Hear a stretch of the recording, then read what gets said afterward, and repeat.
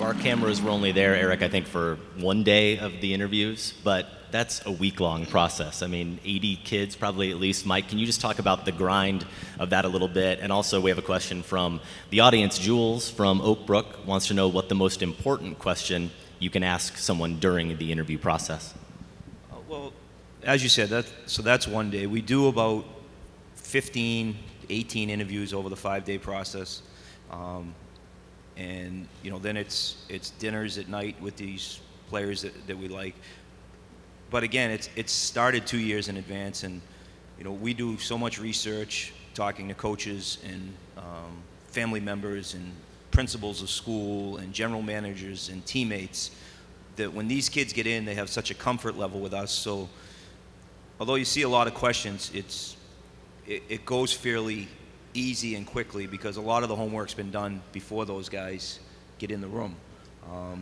Mark Kelly, as I said, not only with our meetings, he does a excuse me, he does a tremendous job of moving the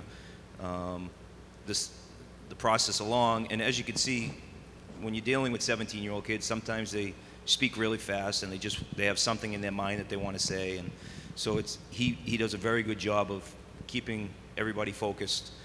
The way the room is set up, it's Mark, upper management, Al, Stan, Norm, as well as the area scout. So there's not a lot of people in the room at the time, and we just try to make it as comfortable as possible for the player. I want to make a point, too, that when we were drafted, Mike and I, nobody called us or asked our family what we were like, you know, were we high temperament? They didn't ask any questions. You just got drafted. Now, behind the scenes, all the work is being done prior to that draft day that we just had in Chicago. We would have spent, as Mike said, 2 years getting to know one player and everything about him. His demeanor, the size of his mom and dad, what his dad does, what his mom does, what his grandfather did. We want to know everything, because it plays into what that person is when you draft him on that particular day. And it's become a full-time job for our scouting staff to find out every morsel of information we can on every individual player that we potentially could draft. So Norm and then Al, what do you put more credence in personally, the combine and what the athletes do physically, or the mental part in the interview process? Well, I think I don't think you put one more than the other. I mean, I think, excuse me, for the interview part, a lot of these kids have been prepped for the interviews, because for the most part, these are the top 100 kids that the NHL has deemed that are going to be available for the draft. So for the most part, their agents have prepped them, because they're going to be meeting with in some cases, all 30 teams or 31 teams. I think what's more important is when Mike and the other scouts meet with them individually. When they meet with them, when they take them out for dinner, we get the feedback from that, how comfortable they are just having a conversation with them. I know one of the things that these guys do is usually when they go to dinner, they'll bring 2 or 3 guys, and they kind of like to see who's sort of the main talker, who sort of just kind of sits back and listens, and they get a real good feel for the kids that way. So the combine, the interview part for me is sort of, I think for the most part, these kids have been sort of prepped on it, so I'm not sure how much stock we take in that.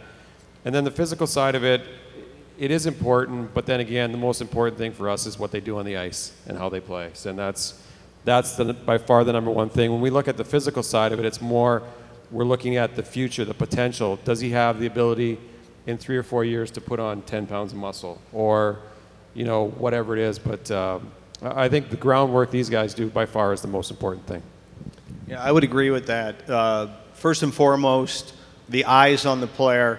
That's the easiest part for our staff, is to tell us, can he play hockey? Is he a good hockey player? And what does he do well, and what doesn't he do well? It's the background stuff becomes more difficult, and trying to dig deep into that player and his family and how he interacts with them and how he interacts with others.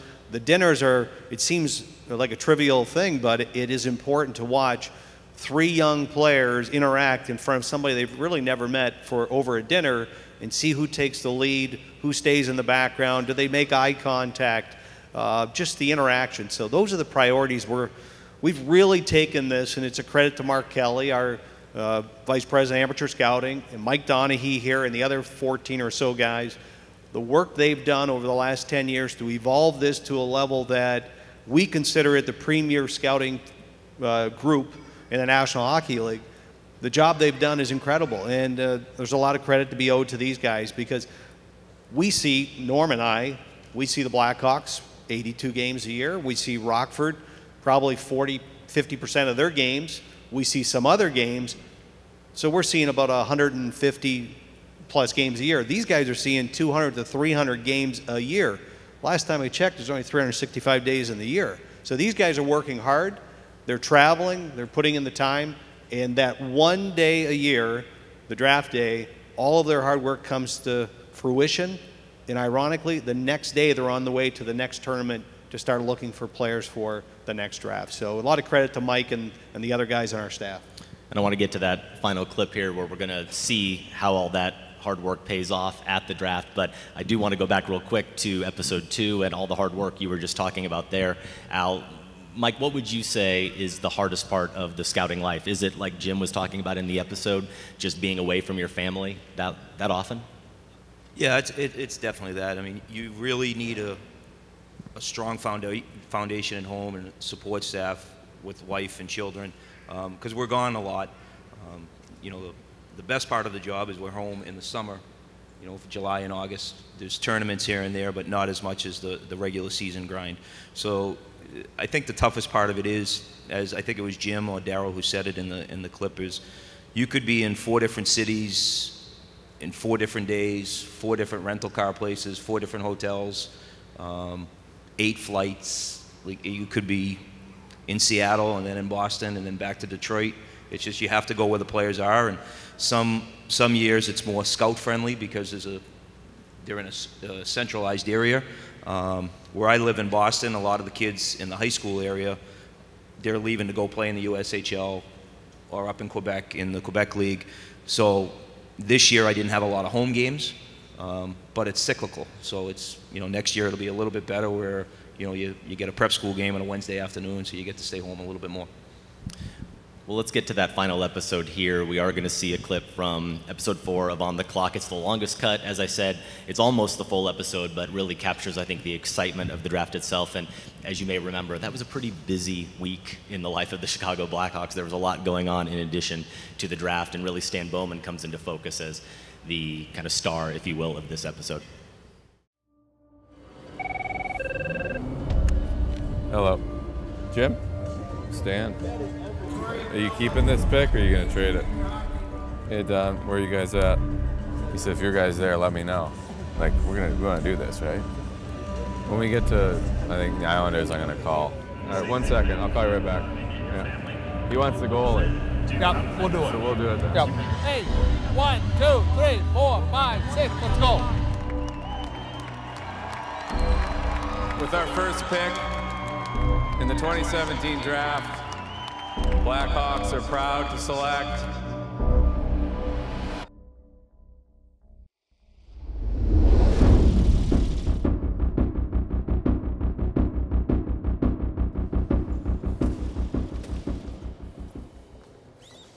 Welcome, everyone. Thanks for taking the time.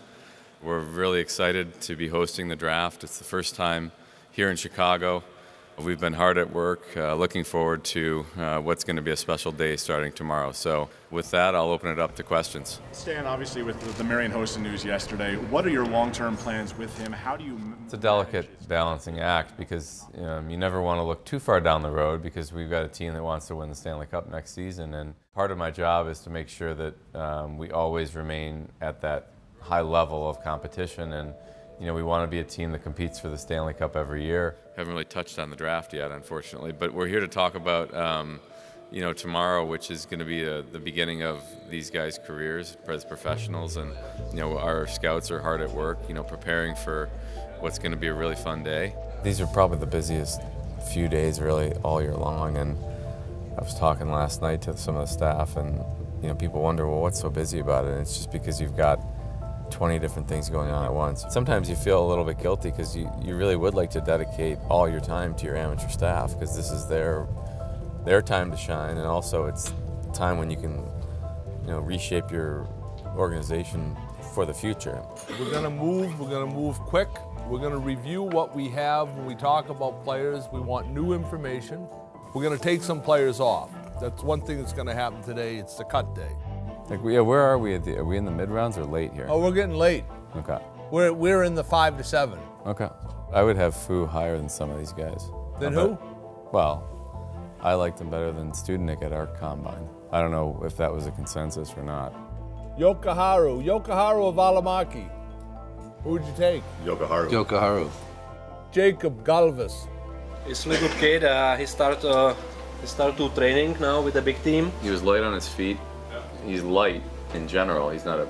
Not a big guy. Who wants to draft him? I'm still going to do more observations, but I think in the meetings I'm probably going to have a little bit more to say as we go forward. But at the end of the day, you have to trust the process. I think there's some things I have to question them on, things I observed, and if they have good answers for why they like a player or why they don't like him, then usually I'll just go with what they say. There has to be a lot of faith in the process and in the group you have. When we should, at some point, we don't have to do it now, I want to review the kids from the combine, because this kid was okay, but I don't know if I'd have him that high. No. Mark and I are trying to make sure that we have a comfort level, that if we're going to make this selection in the first round, that we really are all in on him.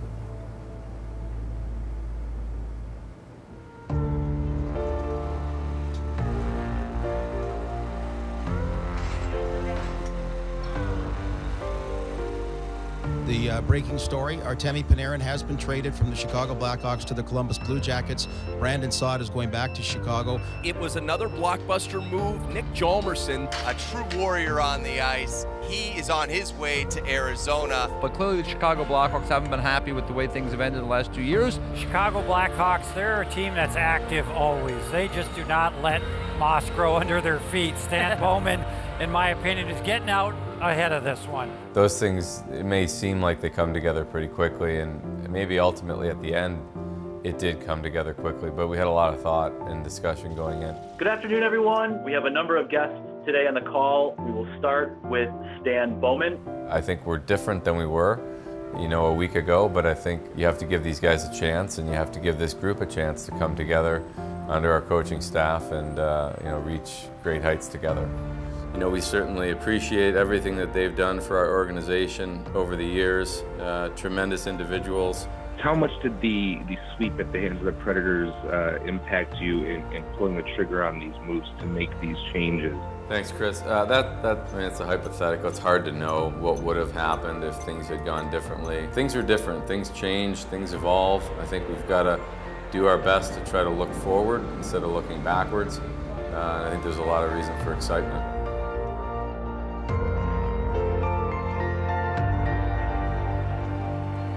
We are proud of our city. We are proud of our organization. And most of all, we are proud of hockey's greatest fans. Hello, Chicago. A sellout and among the loudest arenas in the league. It must be the United Center. You can do it. You can do better than that. It's like, it's a cheer. Here we go. The first selection of the 2017 NHL Draft belongs to the New Jersey Devils. Sitting on the floor, Stan and I had talked. We talked a lot about targeting teams to move up. We watched how the draft was unfolding. I would say the first 4 picks, we had those. That was clockwork. Nico Hischier. And then the next, I'd say 8 or 9 picks, it started to go in a pattern that made us feel very, very good. Nolan, Patrick, Miro, Heiskanen, Diaz, Anderson, Casey Middlestad. But I like Tolvanen, Norris, Boquist, Paling, Brandstrom, Yokoharu, Liljegren, Thomas, Timmins. We're going to get one of those guys. Eric Brandstrom, Juuso Valimaki, Timothy Liljegren, Urho Vakanainen, Josh Norris, Robert Thomas. So we started to shift from possibly moving up to watching to what was happening. As we got closer, Dallas called. Let me call you back. Dallas wants to move up. They're at 29. What do they want? He offered me his 3rd. And Stan, in talking to him, asked him flat out, who are you going to take? They told us they wanted the goaltender. We weren't looking at the goaltender in that spot, so we turned around getting a free pick, number 70 there, to slide back 3 spots. You know, we felt confident based on some intel that we had that our player, we were going to essentially get the same player that we would have taken if we would have kept our pick. We have a trade.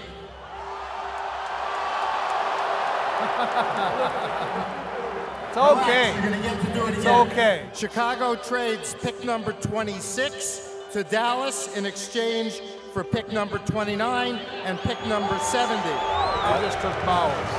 Okay, good. They took Bowers. Yeah, Bowers. So we're good to go. You know who we're taking? Okay, let's try it again. The 29th selection in the 2017 NHL Draft belongs to the Chicago Blackhawks. If he doesn't get beat defensively, he wins those puck battles and it's out. He'll fit. Yeah. You want Darryl to carry the jersey and the hat? You like a player as much as we like Henry. You're holding your breath when you're picking late that he slips through, and he did, and you know, I think the future's real bright for him. Who do you want to bring? No, it's up to you. Your staff. What? It's your staff. You want to bring them all? Sure. I think the staff feels very appreciated. The words, they become actions. And I think that means a lot to the scouts, to the staff. I'd like to start by giving a big thank you to the great fans here in Chicago. Blackhawks are proud to select. You know, I think there's a better way to do this. How could we do something sort of unique as opposed to just having the traditional me or someone else on the staff call out the player's name? Make sure they get the pronunciation, okay? We tried to do something that would be symbolic as well as meaningful for our fans. I think it's only appropriate that we have those guys come up and make the selection.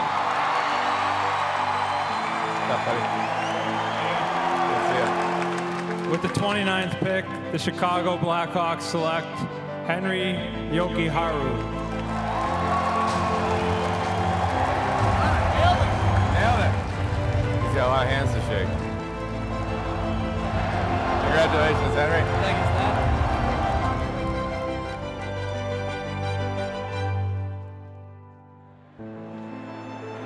Thank you so much. Chicago loves you. Thank you. I was nervous, and I just hear like Henry, and I was like, oh yeah. Patrick Kane, Jonathan Taine, obviously huge idols for me, and those franchise players. And when they say my name, it's like I'm super excited right now. That was unbelievable. Make my feeling even more like unbelievable, because I have been like Chicago fan. We tracked him hard all year long. He's dynamic with the puck. If you need anything, I'll get and give you my number or shoot me a text anytime. All right, sounds good. All right, good luck. Thank you. He makes fast plays. He creates offense. He's what we call a real easy skater. He can play a lot of minutes because his skating is, he conserves a lot of energy and moves. He glides so well. Right. I think he's got that mobility that you like to see in today's game, and this was a guy we really liked, and so we're sitting here feeling pretty good.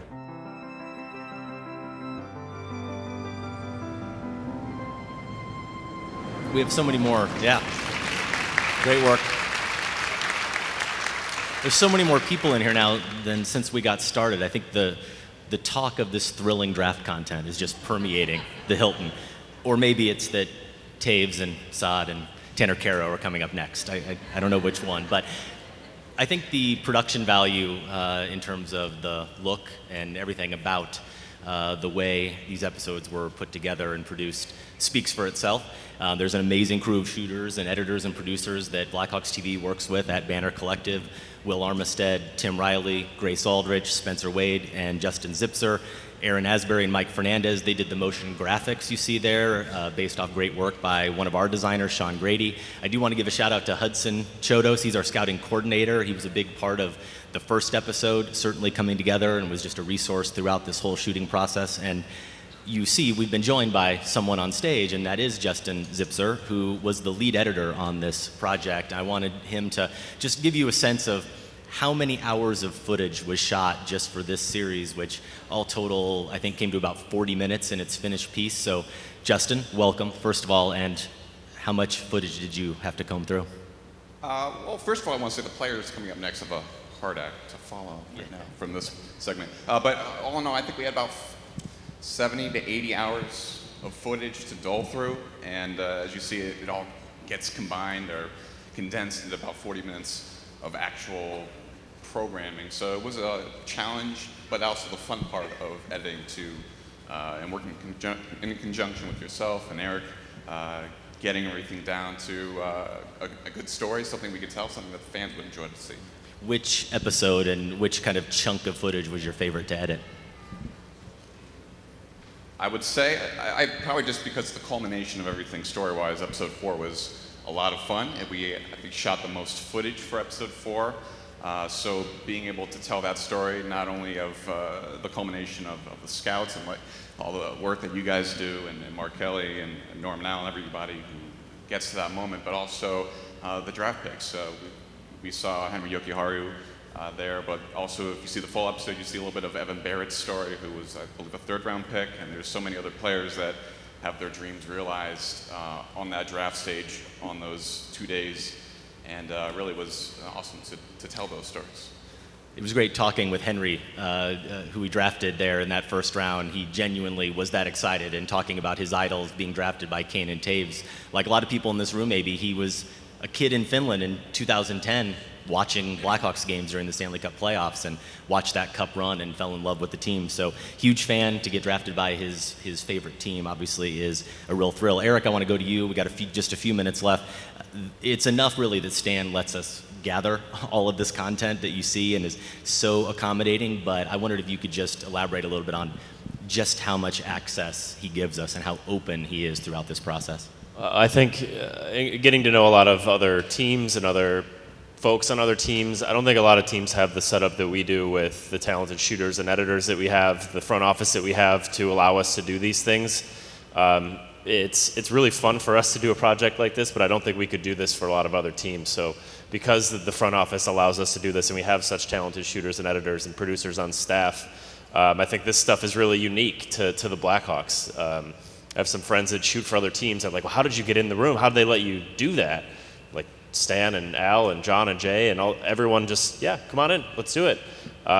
This is a really great piece. We had a great time doing it. We're already thinking of other ideas and started the execution on some ideas. And Stan's pulling me aside and he's like, hey, what if we did this in the next thing? Or let's try this. He's like pitching ideas, and so the fact that he's taking time out of how busy he is to talk to us about ideas that we can do for video is pretty amazing, and I don't think it happens at a lot of teams, not only in the NHL, but potentially in any sport.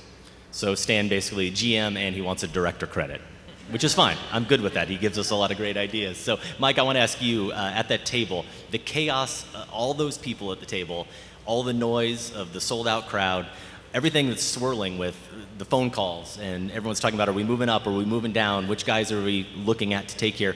Do you and the other scouts really have a sense of everything that's going on? We do, and again, it goes back to the communication that we're provided from the management group, but it's being down at the table, it is chaotic, and you see Stan on the phone. That's not the only phone at the table. There's a phone on the other side, so every time the phone rings, it happens to be in front of me, so you look to see who it is, and then it kind of makes its way around the table that Dallas is calling and Buffalo's calling, and what are we going to do, and so on and so forth. So it gets chaotic, but it's a lot of fun. I think it was Nick Blomgren, our head European scout, who said that when Stan went up and did the switcheroo there, the little drama and the pause, that he had no idea what was going on. He didn't know Taves and Kane were coming out, and he thought Stan just froze. And he felt really sorry for him. Did you know what was about to happen? No, we were totally blown away by it. Like we were all up there. Being a European name and a tough name to pronounce, we thought at the point Stan had forgot the name. And if you look at Mark Kelly's face in the background, he's kind of taking aback because he's like, what are we going to do? And then, as you see, it went with Jonathan Patrick, and it was great. So, Al and Norm, I wanted to ask you, how do you guys manage all the chaos and all the phone calls and just managing all the different options you have, and also what to you signifies a successful draft when you look back on it? Well, at that point, Norm and I are really a resource at that point. The work has already been done. The list has taken 12 months to develop for that day. Everyone sitting at the table has a list. It's already organized. We know what order we're planning to select the player if he's available. So there's really not a lot happening for guys like myself and Norm, other than if the phone call comes in, Stan will ask Norm, or he'll ask myself, or he'll ask Pierre Gauthier, one of our other senior management guys, our opinions. We'll give him our advice, and he ultimately has to make that decision as general manager. And it's a word that Mike used earlier. It's communication, and it's vital to the success of the Blackhawk organization. It's in every part of what we do, and it's no different on draft day with all of our amateur staff sitting at that table. The communication is priority one, and because of that, we work very well together. Well, I just think, piggybacking off what Al said, I think the biggest thing is just being prepared. I mean, because sometimes a phone call will come that you just, totally unexpected. And so just being prepared, staying focused, and make sure you're communicating with the people you need to communicate with, and trying to make the best decision possible. But it can be pretty fun and challenging at times, but just being prepared and trying to stay calm and focused is pretty important. So last question here. Wanted to get to one more fan question. We'll start with Mike and Al and Norm. If you guys want to jump in, you can. This is from Jan Miller in Wheaton. What are some of the differences you see between prospects who spend some time in college and those that choose the junior hockey route? Well, first of all, you're looking at 17 and 18-year-old kids, and when I first got into the business, I had asked somebody, did you have a successful draft? And they said, well, ask me in 5 years. Because if you think of yourself when you were 17 or 18 to where you are at 22, compared to other sports, where they're where they're drafting 21 and 22-year-olds, there's no right or wrong path to the NHL. Sometimes the advantage that the college guys have with the CBA is with the CHL, after 2 years, if you don't sign a contract, you can go back into the draft.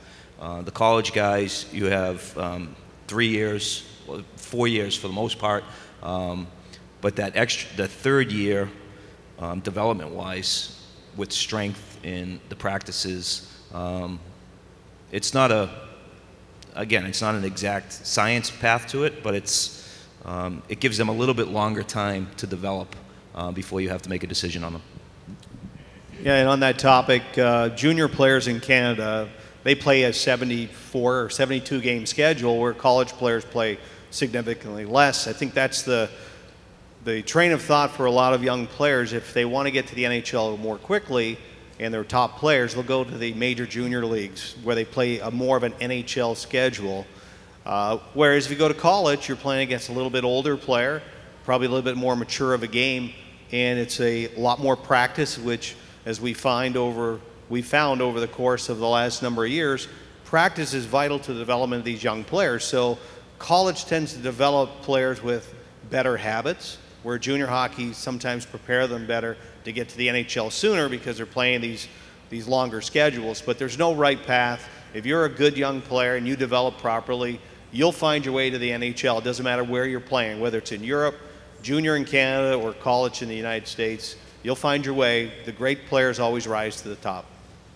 I want to thank our panel, Eric Lear, Mike Donahue, Norm McIver, Al McIsaac, Justin Zipser. I want to thank all of you for watching On the Clock and for coming out and watching this panel. Stay tuned for more. Enjoy the weekend, everybody.